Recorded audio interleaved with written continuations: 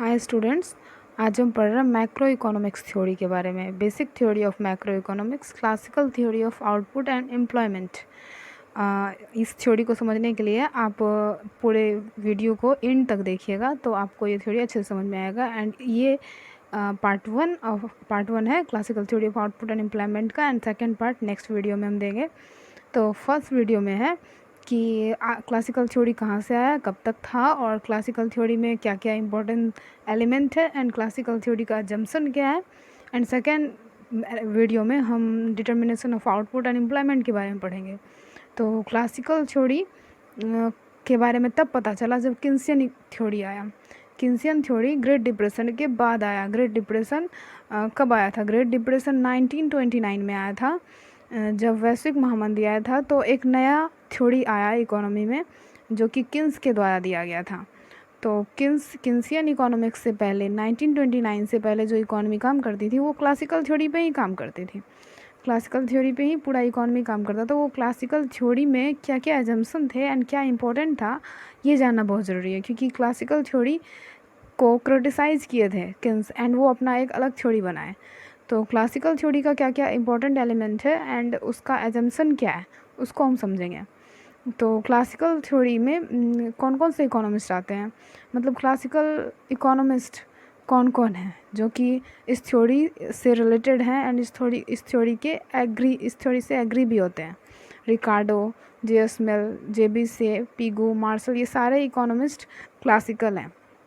And economic theory में हर class के अलग अलग इकोनॉमिस्ट हैं। जैसे किन्सियन इकोनॉमिस्ट अलग हैं, किन्स, रिकार्डो, जे.एस. मिल, ये सब क्लासिकल इकोनॉमिस्ट हैं। एंड फिर न्यू क्लासिकल में अलग इकोनॉमिस्ट हैं। तो हर क्लास का अलग अलग इकोनॉमिस्ट है। तो ये सारे क्लासिकल स्कूल के इकोनॉमिस्ट हैं। तो किन्स क्लासिकल थ्योरी को क्रिटिसाइज़ किए थे, और किस बेसिस पे क्रिटिसाइज़ किए थे तो इसके पहले हम जानेंगे क्लासिकल थ्योरी क्या है। तो क्लासिकल थ्योरी के एलिमेंट को जानते हैं। सबसे पहले क्लासिकल थ्योरी में एग्जिस्टेंस ऑफ फुल एम्प्लॉयमेंट को इम्पोर्टेंस दिया जाता है। Existence of full employment is the normal situation of the economy. मतलब इकोनॉमी का नॉर्मल सिचुएशन ही फुल एम्प्लॉयमेंट होता है, ये क्लासिकल इकोनॉमिस्ट का कहना था।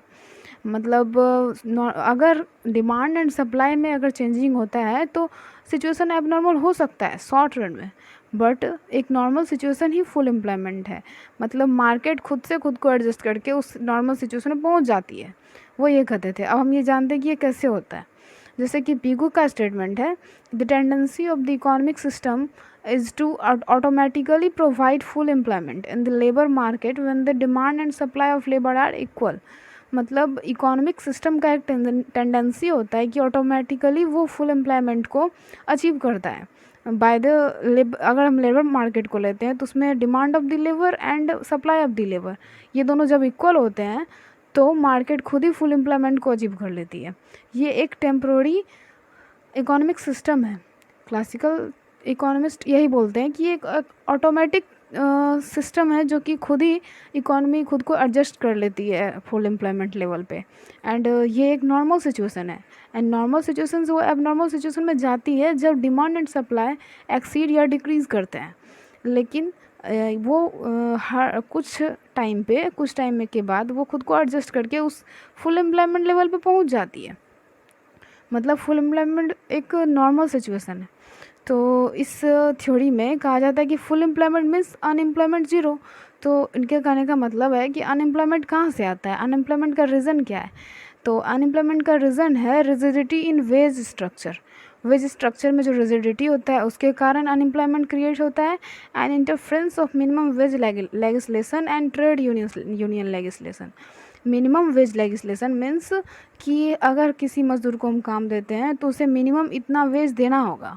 And trade union legislation means एक ट्रेड यूनियन होती है, एक ग्रुप होती है जो कि वेज स्ट्रक्चर को रिजिड कर देती है कि मुझे इतना वेज मिलना ही चाहिए। मतलब ये रिजिडिटी ऑफ वेज जो होती है वो अनएम्प्लॉयमेंट को क्रिएट करती है। तो अनएम्प्लॉयमेंट तो तभी क्रिएट होगा ना जब वेज में रिजिडिटी आएगा।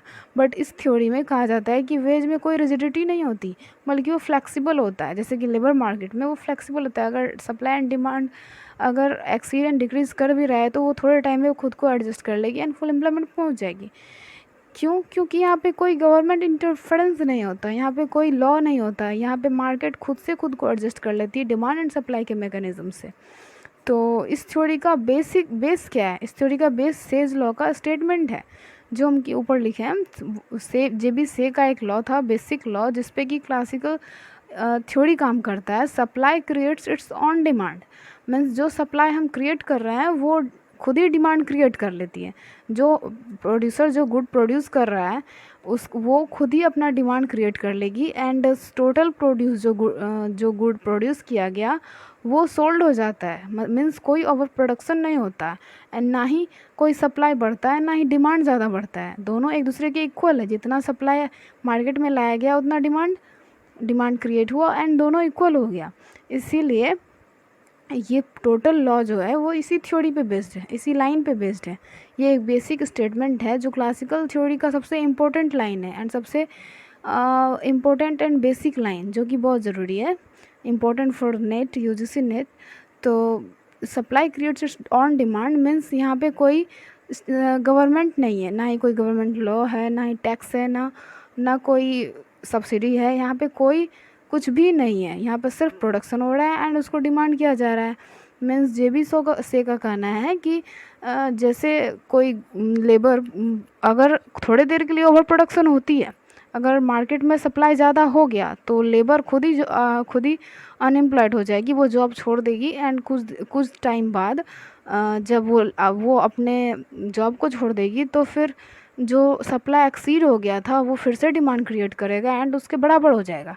तो सप्लाई हमेशा एक दूसरे को, सप्लाई डिमांड हर एक थोड़े टाइम पे अगर वो डाइवर्जेंस होती भी है इक्विलिब्रियम पॉइंट से, तो वो अपने इक्विलिब्रियम पॉइंट पे पहुंच जाती है कुछ टाइम पे के बाद। मतलब ये लॉ लॉन्ग रन को मानता है। आगे हम एजम्पशन को पढ़ेंगे। तो ये लॉ में शॉर्ट रन में कोई भी अगर प्रॉब्लम क्रिएट होता है ओवर प्रोडक्शन का या फिर लैक ऑफ डिमांड का, तो ये सब कुछ एक लंबे टाइम के बाद एक नॉर्मल सिचुएशन में आता है। Normal situation means full employment level तक पहुंच जाता है।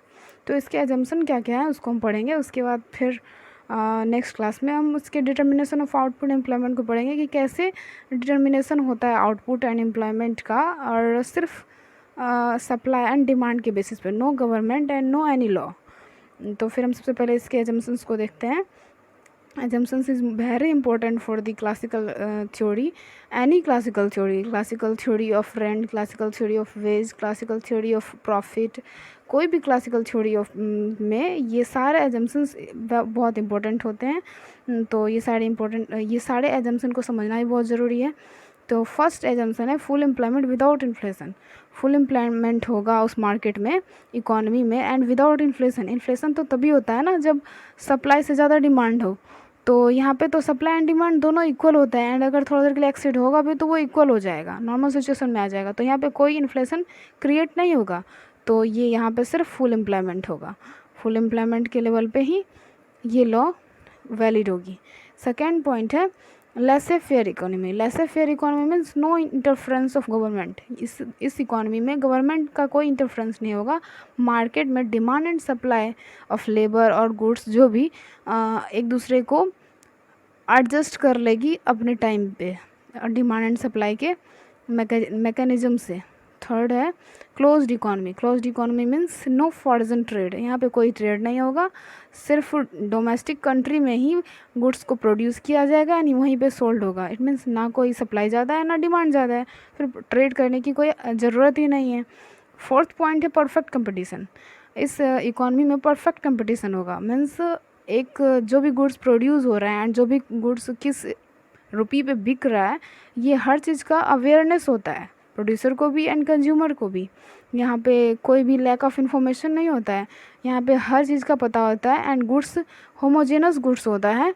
होमोजेनस गुड्स एक प्रॉपर्टीज़ है परफेक्ट कंपटीशन का। होमोजेनस गुड्स होगा जिसमें कि सेम प्राइस होगा गुड्स का, एंड कौन से गुड्स का प्राइस क्या है ये पूरे मार्केट में goods and producer and consumer दोनों को पता होगा।